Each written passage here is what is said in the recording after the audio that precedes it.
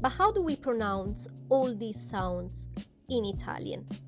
When the C is followed by E or E, we have a soft sound. C, c'è.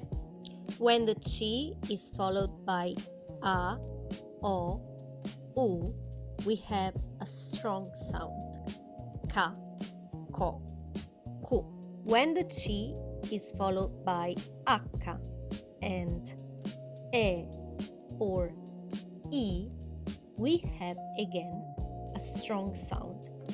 Chi, che, chi, che.